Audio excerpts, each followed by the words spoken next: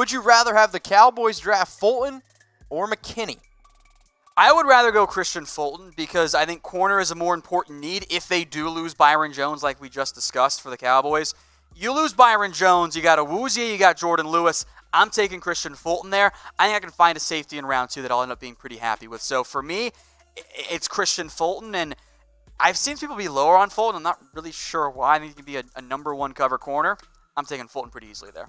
You got this next question rolling in from my man, Emmett Brown. Make sure that you guys use #draft. Who is the best pass-protecting running back in the draft? See, I like this question a lot because this is not asked nearly enough. Sure, there's running backs in college that are just asked to just run, like a Jonathan Taylor. But can you pass protect? That's a huge part of the NFL. So, Tom, who's the best pass-protecting running back in the draft?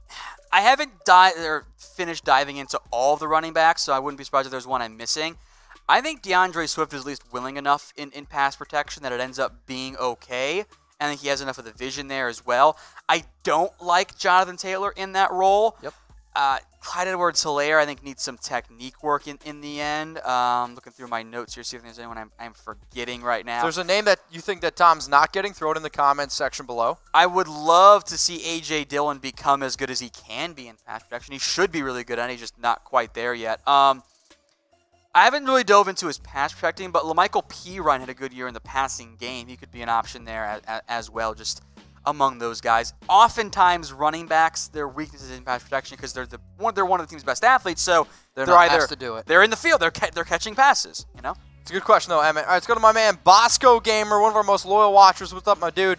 Should the Cardinals draft a running back? My answer to that is you can always maybe draft one later. I'm bringing back Kenyon Drake. If you re-sign Kenyon Drake, then you're not going to draft one. That doesn't really make a whole lot of sense. If Kenyon Drake leaves in free agency, at that point, yes, I am looking for a running back, possibly on day 2 or on day 3. Do you believe in Chase Edmonds? Do you think he's good enough to carry the load? I liked him when he first came out of Fordham? I am of the mindset that you can keep Chase Edmonds on this team, and yes, I believe it was Fordham. But I'd still take someone in round 3 or round 4 and just have a rotation committee because that's how teams should operate in the NFL in 2020. Let's go to my man, Bob Smith. What's up, my dude? Who is the better wide receiver? It's a good question. Jerry Jeudy or CeeDee Lamb? So how about this?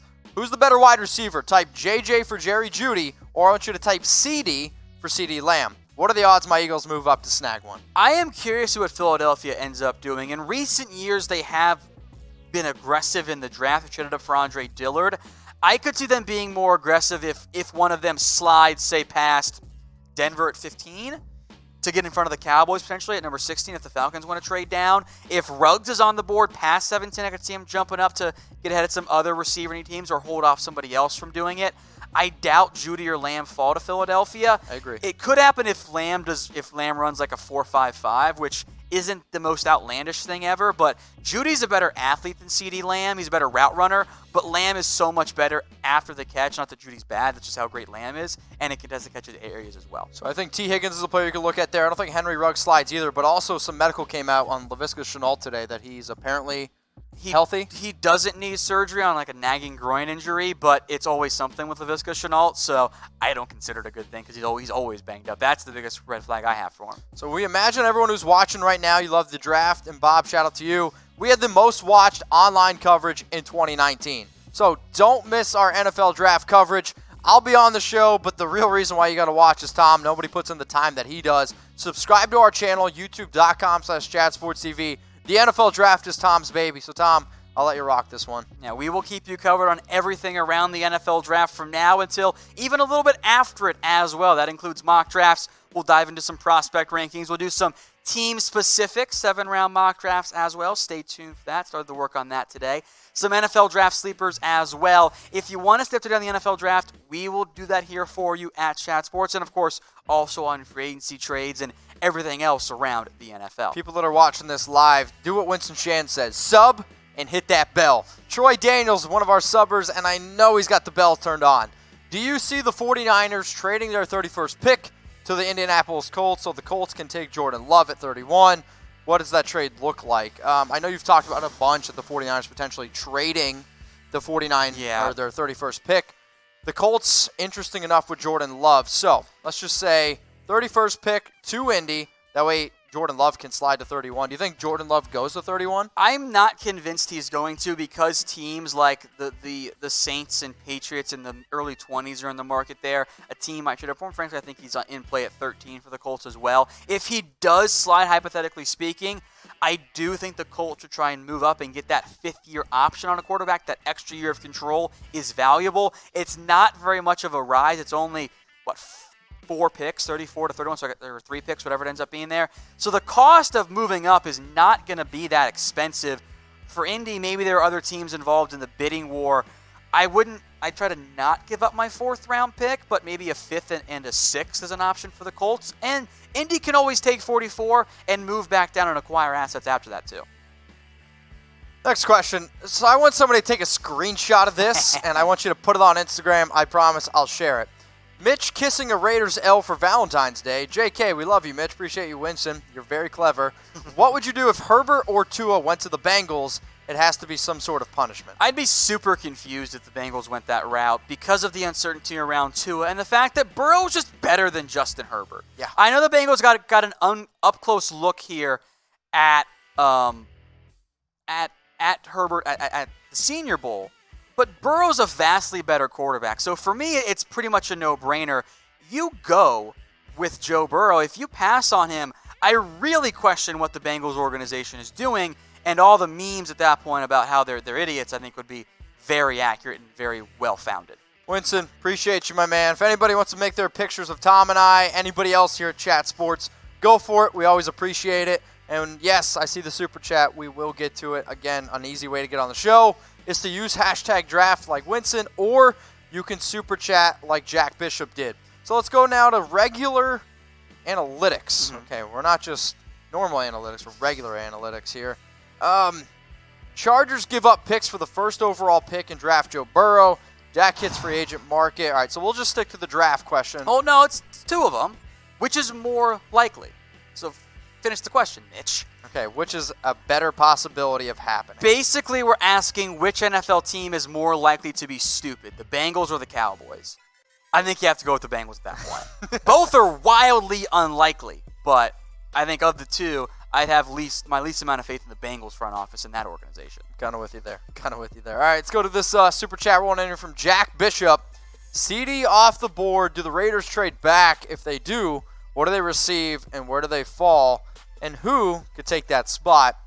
I think if Jerry Jeudy and CeeDee Lamb are both off the board. And Simmons, of course, too. And Simmons off the board at 12. It actually wouldn't surprise me if they would look into Henry Ruggs. I do like Henry Ruggs. Yeah. I know Mike Mayock wants to add some speed to the outside. It wouldn't surprise me if they do that with Ruggs. I think the place that's more believable for the Raiders trading back 19 is at 19 because they need linebacker. You've said multiple times that it's a little early for Patrick Queen. It's a little early for Kenneth Murray. So, Jack, appreciate the super chat. I think there's a better chance of them trading back at number 19. Maybe a team like, I don't know, Buffalo wants to get super aggressive for somebody at 22, move up for a Caleb Von Chasen or an Epinesa. Just hypothetically there, it's a big jump from 22 to 12, but I guess I could see it. Let's go to Austin Crosslin. What up, Austin? Appreciate you watching. Will there be a surprise Daniel Jones type of pick this year? Is there a quarterback with enough potential to sneak up in the first? Well, I mean, we had Daniel Jones in our first-round mock drafts because some reason Jones and the Giants and the NFL loved him. I guess Jordan Love kind of fits that category of stats-wise. He has no business being in round 1. I'd also throw out the name Jacob Eason there. I'm not a huge fan of Eason. He does not process quickly enough. Feels like watching his tape, I'm just like, dude, throw the ball. Throw the football. Why didn't you throw the football? He's just late getting it out. He has the big arm, though. The NFL teams will like. I could see him sneaking into round 1. I don't think he's going to. In terms of surprise top 10 pick, I do think Jordan Love fits that mold a little bit better than other options out there. Austin, good question. I got a question for everyone watching. And yes, it might be pretty obvious, but we kind of just talked about it. People are still asking, will Joe Burrow be the number 1 overall pick? Why for yes and for no? Yes, he will be the number 1 overall pick. I would be even more surprised if the Bengals took somebody other than Joe Burrow than I was when the Cardinals took Kyler Murray, or at least leading up to that process. Like, Burrow's going to be the number 1 pick. Like, NFL teams, the non-complete idiot organizations, just take the franchise quarterback. It's really easy. Now, big media will try and get you to believe other stuff, but they're just trying to generate clicks. It's going to be Burrow number 1. You willing to bet on it? Yeah, I'm going to bet on that one. Yeah? I'll eat a salad. You'll eat a salad? I'll eat that kale crunch salad that was mentioned earlier in the office. If you guys want to bet on all NFL draft prop bets, you can do it at BetDSI, the internet's #1 sportsbook. Go to chatsports.com/bet. Use our promo code NFL120. Gets you 120% deposit bonus. So if you want to put down $50, you get $60 for free. Put down $100, get $120 for free. Be a big baller like Joe Burrow. $500, get $600 for free. Maybe you can win some cigars as well. BetDSI, the internet's #1 sportsbook.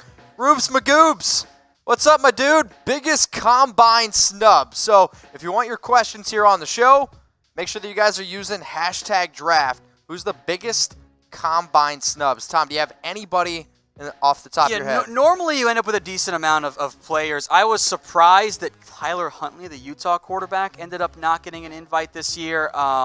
There were some other guys. Let me pull up my list here. Who was it? There was another good guy. Kevin Dotson, Louisiana guard, who they got 2 good players this year. I was surprised by that one.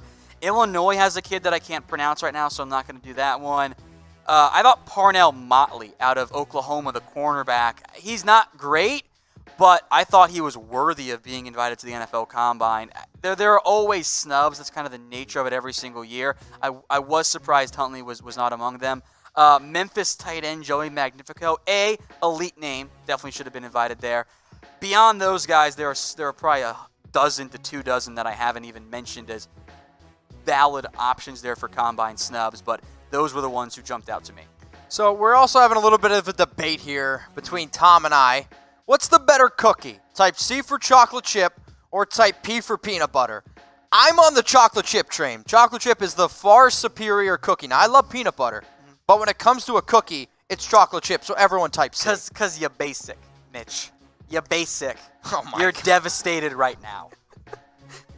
What is this? What happened? We broke Tom. So type C for chocolate chip. I've been watching The Good Place again. So type P for peanut butter. Either way, you can get both of these types of cookies at Pro Flowers. So if you didn't get your loved one something for Valentine's Day, do it right now. Go to chatsports.com/flowers. I hear both chocolate chip and peanut butter go great with flowers. They got candy as well, but 15% off all gifts. Take advantage of our offers. Chatsports.com/flower. Who knows? Maybe you get a different kind of cookie for Valentine's Day. I'm not going to engage in that one, but I will let you guys know that link is married. Yeah, exactly. That link is available in the comments and in the description of this video. Remember to use #draft like John. What up, my man? What'd you just say? I was Was stumbling. it? Who You just press fast forward do on you the audio see track? moving up in the draft? That's a great question. It is still early for that. I think Miami jumps out as an obvious candidate. If Isaiah Simmons starts to slide past Carolina at 7 or to Carolina at 7, I could see Oakland trading up at that point. I think that could be Oakland or Las Vegas. Damn, every time. Las Vegas Raiders, I could see them trading up. If the Bucks want an offensive lineman or a quarterback, I think that makes sense. And then any number of teams in the back end there. Miami's got a bunch of picks to play with even beyond number 5 overall. I could see Baltimore getting aggressive, Tennessee getting aggressive. And I'm sure there will be a team late in round 1 that moves back up for a particular player. Got time for, I think, maybe one more question. So let's go to Tristan Christensen. If both Epinesa and, I can never get this guy's name, Chason are gone at 16, should the Falcons take Javon Kinlaw at corner or a tackle that may have fallen in this situation? I actually don't consider tackle a huge need for Atlanta. I've seen other people mention that, but my mindset is you literally just drafted one in Caleb McGarry, and you have Jake Matthews still. So, I mean, if there's a great tackle there, sure, go for it. I would say a Kinlaw or a corner does make sense there. Maybe it's Kristian Fulton. Maybe it's a C.J. Henderson. It is early, and I don't want to say it's a guarantee because it's not. It's the NFL draft. Shit happens. I would venture to say there's a good chance that one of Epinesa, Chason, or Kinlaw are on the board at 16 for Atlanta. So, Tristan, we appreciate the question. We know that there was a lot of questions that came rolling in. So how about this? Tom, he's the best in the business. Follow him, DM him on Twitter at WhatGoingDowney and say, hey, man, you missed my question. Or actually, producer Dylan did. So if we did miss it, hit him up on Twitter at WhatGoingDowney.